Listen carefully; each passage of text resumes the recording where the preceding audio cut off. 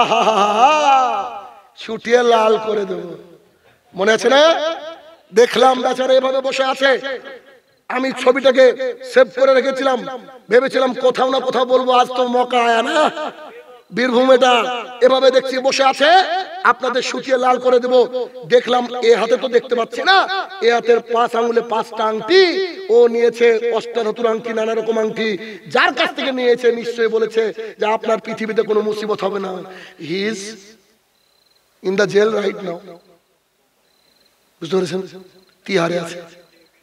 তার মানে এখান থেকে প্রমাণ হয় যে কোন রকমের কোন তাবিজ, কোন রকমের কোন মাদুলি, কোন রকমের কোন কিছু ভাগ্য পরিবর্তন করতে পারে না।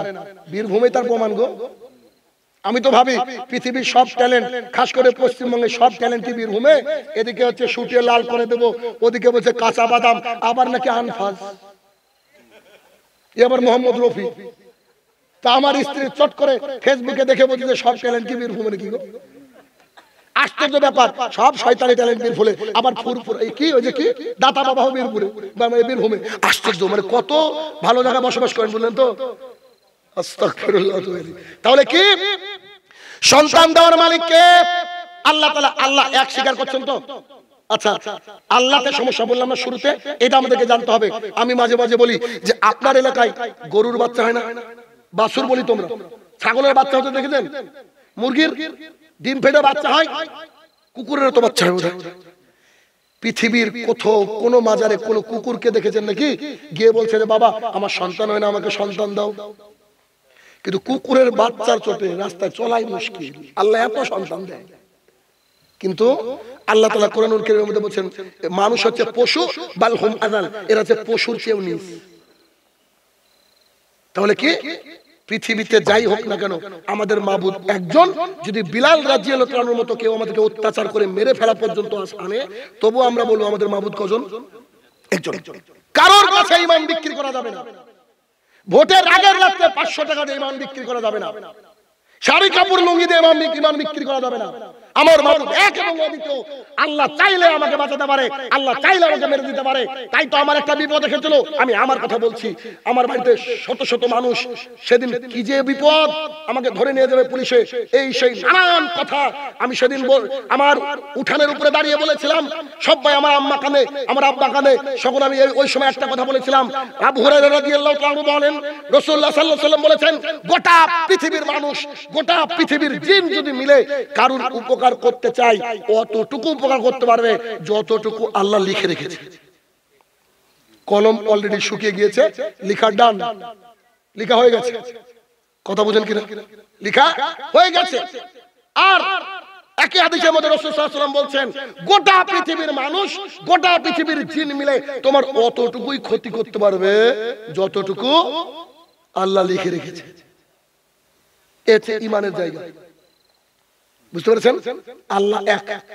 আল্লাহ সুবহানাহু ওয়া তাআলা সূরা বাকারার মধ্যে বলছেন ফামা ইয়াকফুরু বিত-তাগুত, ভিতরে যত তাগুতি শক্তি আছে সবগুলোকে লাথি মেরে দূরে চলে দাও। খাজা বাবা, ল্যাংটা বাবা, ফুরফুরা, দরবারি, অমুক তমুক যা আছে সব লাথি মেরে ভেঙে চুরমার করে বলতে হবে আশহাদু আল্লা ইলাহা ইল্লাল্লাহ ওয়া আন্না মুহাম্মাদুর রাসূলুল্লাহ। আল্লাহ ছাড়া সত্য কোনো মাবুদ নেই, মুহাম্মদ সাল্লাল্লাহু আলাইহি ওয়াসাল্লাম তার প্রেরিত বান্দা এবং রাসূল। এই বাক্যের উপরে টিকে থাকতে হবে। গোটা পৃথিবীর মানুষ যদি এর বিপরীতে চলে, গোটা পৃথিবীর মানুষ জাহান্নামে যাবে। গোটা পৃথিবীর মানুষ যদি এর বিপরীতে চলে, গোটা পৃথিবীর মানুষ জাহান্নামে যাবে। গোটা পৃথিবীর মানুষ যদি আপনাকে পৃথিবী কিনে পকেটে ঢুকে দেয়, তারপরে বলতে হবে আশহাদু আল্লা ইলাহা ইল্লাল্লাহ ওয়া আন্না মুহাম্মাদুর রাসূলুল্লাহ। দ্বিতীয় কোনো বাক্য বলার সুযোগ নাই। কেন? শেষ নবী এসে চলে গিয়েছেন, শেষ নবী এসে চলে গিয়েছেন। অতএব শিরক নামক বস্তু একেবারে উৎখাত হয়ে যেতে পারে যদি খালি মানুষ মেনে নেয় আল্লাহকে। তাহলে কি করতে হবে? সমাজে প্রথম সমস্যা, আমরা আল্লাহকে চিনতে পারিনি। দেখবেন আল্লাহকে না চিনার সমস্যাটা কি একটু দেখেন। আমরা অনেকেই এই কাজে অভ্যস্ত। আমরা কি করছি? অনেকে আছে, অনেকেই যেমন মোবাইল ঘাটছে, মোবাইল ঘাটার সময় কি করেছে? দরজাটা মেরে নিয়েছে, জানালাটা মেরে নিয়েছে, একটা পর্ন ভিডিও দেখছে, খারাপ সিনেমা দেখছে। টুক করে বিড়ালটা এসে দরজায়, হয় না দৃশ্য? বুকের মধ্যে এরকম হয় কিনা? কথা বলে বুঝতে পারেননি। টুক করে বিড়ালটা এই করেছে, অমনি বুকের মধ্যে কেমন করেছে না? কে আসছে? বিড়াল। মানুষ আসেনি, বেচারা সব বন্ধ করে দিয়েছে, উপরের দিকে তাকায় না। কথা মনে বোঝাতে পারছে না। কে দেখে? আল্লাহ তাআলা সব জায়গায় দেখে না? উপরের দিকে তাকাই না, সব দিকে তাকিয়েছে। জেনা করছে, রানিং জেনা চলছে, একটা মেয়েকে ধরে খারাপ কাজে ব্যস্ত, সব মেরে নিয়েছে। ভাবছে পৃথিবীর কেউ দেখতে পাচ্ছে না, সিসিটিভি নাই, সব বন্ধ, কেউ দেখতে পাচ্ছে না। উপরের দিকে তাকায়নি, চারিদিকে মানুষ দেখে, পাপ করার সময় উপরে দেখে না। পৃথিবীর মানুষ যদি মনে করতো আল্লাহ আমাকে দেখছে, বলেন তো সিসিটিভি দরকার থাকতো? তাহলে ওই যে টেবিলের তলে ওই যে অফিসার ঘুষ নিচ্ছে, ওই ঘুষ নেওয়ার সময় ওর কি কিছু লাগতো? ও যদি মনে করতো যে আল্লাহ তাআলা আছে। আল্লাহ সুবহানাহু ওয়া তাআলা, এই আল্লাহ তাআলাকে ভয় করলে আপনার সবকিছু জয় হয়ে যাবে, সবকিছু জয়। কেমন? আবু হুরায়রা রাদিয়াল্লাহু তাআলা আনহু বলেন, রাসূলুল্লাহ সাল্লাল্লাহু আলাইহি ওয়াসাল্লামকে জিজ্ঞাসা করা হলো, ও আল্লাহ রাসূল সাল্লাল্লাহু আলাইহি ওয়াসাল্লাম, আপনি আমাদেরকে বলেন তো এই পৃথিবীতে সবচেয়ে মর্যাদাবান মানুষ কে? কত সুন্দর প্রশ্ন। প্রশ্ন শুনে মনে হচ্ছে পৃথিবীর সবচেয়ে মর্যাদাপূর্ণ মানুষ হবে নবী রাসূলুল্লাহ, তাই না? সাহাবায়ে কেরামরা, উলামায়ে দ্বীনরা। কিন্তু রাসূলুল্লাহ সাল্লাল্লাহু আলাইহি ওয়াসাল্লাম কি বললেন? জবাব অন্য দিয়ে দিলেন। রাসূলুল্লাহ সাল্লাল্লাহু আলাইহি ওয়াসাল্লাম বলছেন, আল্লাহর কাছে প্রিয় মানুষ সে, আল্লাহর কাছে বিখ্যাত মানুষ সে, আল্লাহর কাছে মর্যাদাবান মানুষ সে, যে ব্যক্তির অন্তরে আল্লাহ ভীতি রয়েছে। যে ব্যক্তির অন্তরে আল্লাহ ভীতি রয়েছে, সে পৃথিবীতে সবচেয়ে ভালো মানুষ। সে থাকুক বীরভূমে অথবা মক্কা মুনাওয়ারা, যেখানে থাকুক না কেন, আল্লাহর প্রিয়, ভেতরে যদি এক আল্লাহর ভালোবাসা, এক আল্লাহর ভীতি থাকে। আর একটা হাদিস না বলে পাচ্ছি না। আবু হুরায়রা রাদিয়াল্লাহু তাআলা আনহু বলেন, রাসূলুল্লাহ সাল্লাল্লাহু আলাইহি ওয়াসাল্লাম বলেছেন, ও দুনিয়াবাসী তোমরা শোনো, তোমরা গাভীর বাট বলেন না ওলান বলেন? বাট বলেন তো আপনারা? বাংলাদেশে ওলান বলে অনেক জায়গায়, মানে বিভিন্ন জায়গায় বিভিন্ন ভাষা না, বুঝতে পারছেন তো? গাভীর বাট থেকে দুধ বের করে যেমন ঢোকানো কষ্টকর, ঠিক যার অন্তরে আল্লাহর ভয় আছে ওকে জাহান্নামে ঢুকানো অত কষ্টকর। কথা কি বুঝাতে পারছি না? কি বলেন তো, যে গাভীর বাট থেকে দুধ বের করে কি ঢুকানো যাবে?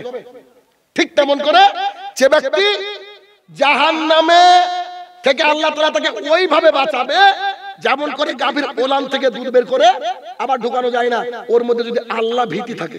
কথা কি বুঝাতে পারছি? তাহলে এক নম্বর পয়েন্ট কি হলো? বর্তমান সামাজিক সমস্যা, আমরা আমাদের মাবুদকে চিনি না, আর যারা চিনি তারাও মূল্যায়ন করে না, তারাও মূল্যায়ন করে না। এক। দুই নম্বর পয়েন্ট হচ্ছে কি? ইবাদত কবুলের। এই যে মাগরিবের সময় আজকে সালাত আদায় করেছেন, ঈশার সময় সালাত আদায় করেছেন, এই যে সালাতটা আদায় করলেন, এই সালাত আদায় করার পর সালাতটা কবুল হলো কিনা তার জন্য 6টা শর্ত আছে। কটা শর্ত? 6টা। এক, নির্ভেজাল ঈমান। ঈমান কাকে বলে? আমানতু বিল্লাহি, আল্লাহর প্রতি ঈমান আনতে হবে। মালাইকাতিহি, ফেরেশতার প্রতি ঈমান আনতে হবে।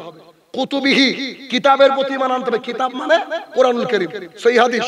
কুতুবিহি, কিতাবের প্রতি ঈমান আনতে হবে। রাসূলিহি, রাসূলের প্রতি ঈমান আনতে হবে।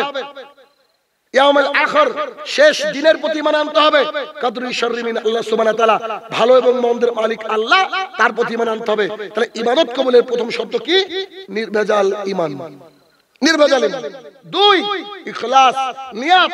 আমরা যে ইবাদতটা করছি সেই ইবাদতটা কার জন্য হবে? একমাত্র আল্লাহ তাআলার জন্য। তাহলে মাজারের সামনে যে পশু জবাই হয় ওটা কি আল্লাহর জন্য হয়?